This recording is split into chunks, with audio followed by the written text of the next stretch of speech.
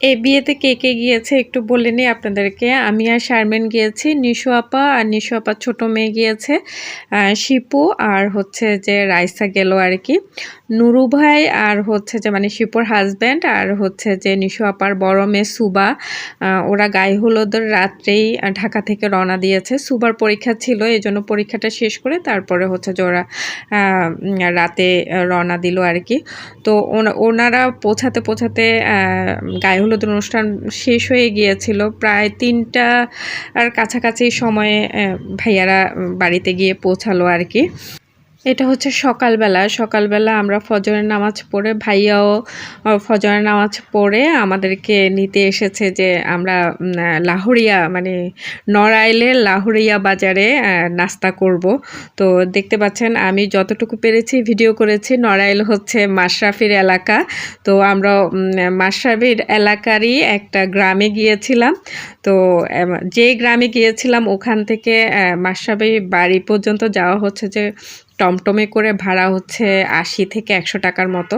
তো যাই হোক, আমরা যেহেতু শহরের দিকে যাইনি, আমাদের নড়াইল শহরটা ঘুরে দেখা হয়নি। আমরা গ্রামেরই একটা বাজারে গিয়েছিলাম, লাহুরিয়া বাজারে গিয়েছিলাম নাস্তা করার জন্য। ভাই আমাদেরকে একদম সকাল সকাল বাজারে নিয়ে গিয়েছে সবাইকে। আমরা সবাই গিয়েছি, শারমিন, আমি, তারপর হচ্ছে শিপু, তারপরে নিশু আপা, তারপর নিশু আপার ২ মেয়ে, রাইসা, সবাই মিলে কিন্তু আমরা নাস্তা করতে গিয়েছিলাম বাজারে। তো দেখতে পাচ্ছেন বাজারে এখনও দোকানপাট খুলেনি ভালো করে। তখন ৮টার কাছাকাছি হবে, ৭টা কি ৭:৩০টার পরে হবে। আমি আসলে ঘড়িটা ঠিকমতো খেয়াল করিনি। তো যাই হোক, আমরা নাস্তা করার জন্য যাওয়ার পথে যতটুকু পেরেছি আমি ভিডিও করে নিয়েছি। তো রাত্রে আমাদের সাথে একটা ঘটনা ঘটে গিয়েছে, আপনাদেরকে বলি ছোট্ট করে।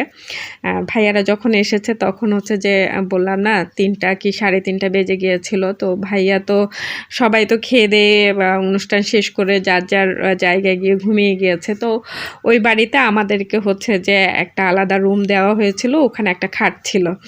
তো ওই খাটে আমরা হচ্ছে যে ৬ জনই ঘুমাইছিলাম, মানে নিশু আপা, আমি, শারমিন, শিপু, তারপরে রাইসা, তাইফা, একদম ৬ জন যে এত গাঞ্জাগাঞ্জি করে ঘুমাইছিলাম, আমাদের একদম ঘুম চলে এসেছিল আর হচ্ছে যে খুবই টায়ার্ড ছিলাম। তো ভাইয়ারা যখন গিয়েছিল আমরা একটু টের পাইনি, নিশু আপাও টের পাইনি, শিপুও টের পাই নাই। তো সুবা তো তার জন্য এটা হচ্ছে যে নতুন জায়গা, নতুন পরিবেশ, সব কিছু মিলিয়ে তার কাছে একটু আনইজির ব্যাপার।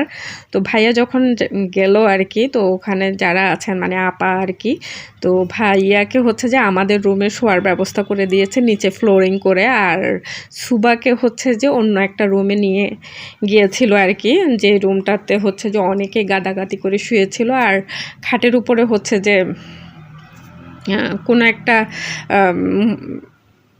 মহিলা আর কি বাচ্চা সহ শুয়েছিল। তো ওই জায়গাটা খালি করে দিয়ে সুবাকে শোয়ার জন্য বলেছিল আর কি। তো সুবা তো ওখানে শুবে না, যেহেতু বাচ্চা নিয়ে শুয়েছে। তো ও কি করেছে, ওনাদের যে বারান্দার করিডোরের জায়গাটা আছে ওই জায়গায় এসে একদম এই শীতের মধ্যে ও ২টা ঘন্টা বসেছিল, প্রায় ২ থেকে ৩ ঘন্টার মতো ও বসেছিল, ৩টা থেকে একদম ভোর ৫টা পর্যন্ত। আমরা এখানে হচ্ছে যে নাস্তা খাওয়ার পরে অন্য একটা দোকানে আসলাম চা খাওয়ার জন্য। তো চাটা একটু ভিডিও করে নিচ্ছি, আর এদিকে হচ্ছে যে তাইফা আর সুবা একটু ভিডিও করে নিচ্ছিল। ওরা যার যার মতো করে আমরা ভিডিও করছিলাম।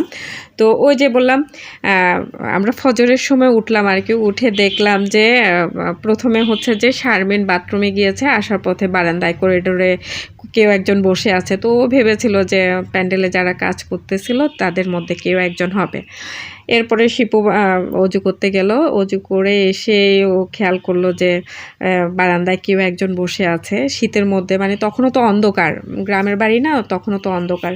তো যাই হোক, আসার পরে তো শিপু তো অজু করে আসার পথে যখন সুবাকে দেখতে পেল, প্রথমে বুঝতে পারেনি, যখন সুবা ওখানে বসে আছে ওইটা দেখে তো শিপুর মাথায় রক্ত চড়ে গেল। এই যে রুমে এসে এত চিল্লাচিল্লি শুরু করেছিল, নুরুবাই মানে ঘুমের মধ্যে হতভম্ব, মানে ঘুম থেকে উঠে তো কিছুই বুঝতে পারছে না। আর শিপু তো অনবরত বকাঝকা করতেছিল যে মূল ঘটনা হচ্ছে যে সুবার কোনো ব্যবস্থা না করে দিয়ে উনি কেন ঘুমাতে আসলো। যে সুবার জন্য এটা নতুন একটা জায়গা, হয় উনি আসার পরে নিশু আপাকে ডাকতে পারতো বা শিপুকে ডাকতে পারতো, ডেকে বলতে পারতো যে সুবা কোথায় ঘুমাবে বা ওকে কেন ঘুমের ব্যবস্থা না করে দিয়ে উনি এভাবে ঘুমাতে আসলো। ওনাকে অবশ্য ওনার বোনে নিচে ফ্লোরিং করে দিয়েছিল, তো উনি ওখানে আসছে ঘুমানোর জন্য। তো আমি একটু একটু টের পেয়েছিলাম, কিন্তু আমিও বুঝতে পারি না যে এরকম একটা ঘটনা ঘটে যাবে। তো আসলে বিয়ে বাড়ি হচ্ছে যে নতুন নতুন ঘটনা, নতুন নতুন মজার মজার ঘটনা ঘটার জায়গা। তো আমি এই ভিডিওতে কথাগুলো রেখে দিচ্ছি এই কারণে যে আমি ভবিষ্যতে কখনো যদি ভিডিওটা দেখি আমার হয়তো ওই মুহূর্তের কথা মনে পড়বে। তো সেই জন্যই আমি কথাগুলো রেখে দিচ্ছি বা ভিডিওটা রেখে দিচ্ছি, কারণ সে মুহূর্তে তো ভিডিও করার মতো পরিস্থিতি ছিল না। শিপু তো সেই কি গরম, আর নুরু ভাই বেচারা কিছুই বুঝতে পারছে না। আর বেচারা তো কি বলবো, যত দোষ নন্দ ঘোষ ওই টাইপের আর কি, যত দোষ সব স্বামীদের দোষ। তো যাই হোক, এরপরে হচ্ছে যে আমরা নাস্তা করে এসে গোসল করলাম। গোসল করে রেডি হয়ে বাড়ির পাশে একটা ছিল, সরিষা ক্ষেত ছিল, ওখানে কয়েকটা ছবি তুললাম ভাইয়া সহ। তো ছবি তুলে আমরা বাড়ির দিকে আসলাম। এদিকে এসে দেখলাম যে বর আসছে, বরকে রিসিভ করা হচ্ছে, আর অন্যদিকে হচ্ছে যে কনেকে সাজানো হচ্ছে। এরপরে আমরা সবাই প্যান্ডেলে গেলাম খাওয়া দাওয়া করার জন্য। তো বিয়ের অনুষ্ঠানটা এভাবেই শেষ হলো। এখানে সব কিছুই মানে গ্রামের পরিবেশে খুব ভালোভাবেই কিন্তু বিয়ের অনুষ্ঠানটা শেষ হলো। খাবার দাবারও খুব ভালো ছিল। তো ততক্ষণে কিন্তু আমি আস্তে আস্তে অসুস্থ হয়ে গিয়েছিলাম। আমার শরীরটা আস্তে আস্তে খারাপ হয়ে গিয়েছিল।